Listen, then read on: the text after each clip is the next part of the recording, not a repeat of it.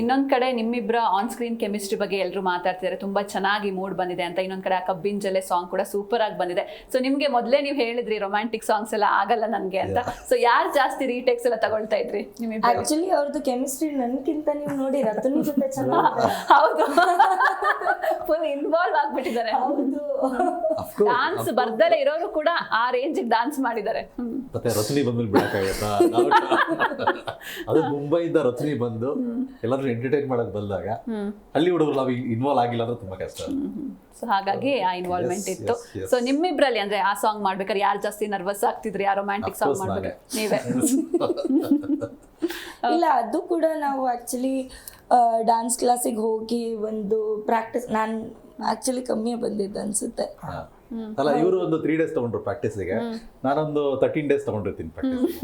So ಅದು practice ಮಾಡಿರೋದು. So set ಅಲ್ಲಿ ಅಷ್ಟು ಕಷ್ಟ ಅಂತ ಅನ್ಸಿಲ್ಲ. ಅಂಡ್ ಅದು ಸಾಂಗ್ ಆಕ್ಚುಲಿ 2 ಸಲ ಶೂಟ್ ಆಗಿದೆ. ಸರ್ ಸ್ಯಾಟಿಸ್ಫ್ಯಾಕ್ಷನ್ ಇರ್ಲಿಲ್ಲ ಫಸ್ಟ್ ಒನ್ ಅಲ್ಲಿ. ಸೊ 2 ಸಲ ಶೂಟ್ ಆಗಿದೆ ಅದು ಸಾಂಗ್.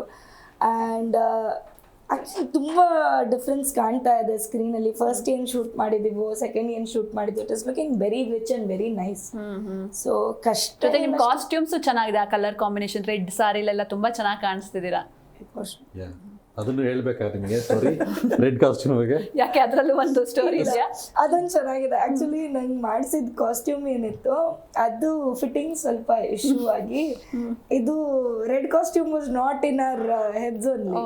ಸೊ ಏನ್ ಮಾಡೋದು ಈಗ? ಸಾಂಗ್ ಶೂಟ್ ಮಾಡಬೇಕು, ಆಮೇಲೆ ಡೇಟ್ಸು ಇಲ್ಲ, ಈಗ ಮುಗಿಸ್ಲೇಬೇಕು ಅಂದ್ರೆ ನಮ್ಮ ಪ್ರೊಡ್ಯೂಸರ್ ಮ್ಯಾಮ್ ಇಲ್ಲ ಇವತ್ತು ಮುಗಿಸ್ಲೇಬೇಕು ನೀವು, ಏನ್ ಮಾಡೋದು ಗೊತ್ತಾಗ್ತಾ ಇಲ್ಲ.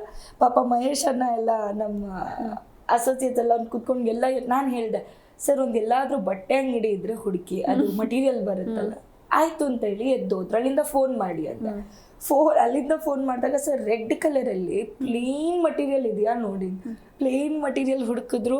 ಆಮೇಲೆ ಅಲ್ಲೇ ಒಬ್ರು ಟೈಲರ್ ಇದ್ರು, ಅವ್ರ ಹತ್ರ ½ an hour or 1 hour ಅಲ್ಲಿ ಬ್ಲೌಸ್ ಹೊಲಿಸಿ ತಂದು ಆ ಕಾಸ್ಟ್ಯೂಮ್ ನಾವು ಮಾಡಿರೋದು. Very simple.